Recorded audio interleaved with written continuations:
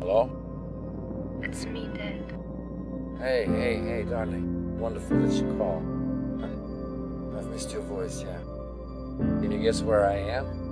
I'm in the park. Your mom and I stayed here with you when you were a little girl. I've always told you stories when we were on the bench. You remember that? Dad? Yes, Dad. I remember. You could always tell good stories. Could you tell me a story, please? Is everything okay, sweetie? I don't have much time, Dad. Please tell me one of your beautiful stories.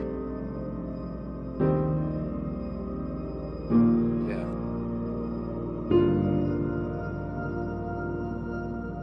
Once there was a happy couple. And after some time, they got a baby girl, which they love more than anything else. But one day the mother became sick. She went to heaven. But the father and the daughter always knew that mom is still in their heart. Will always be.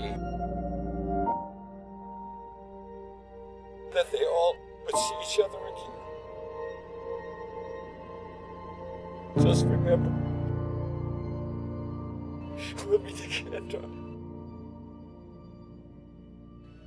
I love you, sweetie. I love you.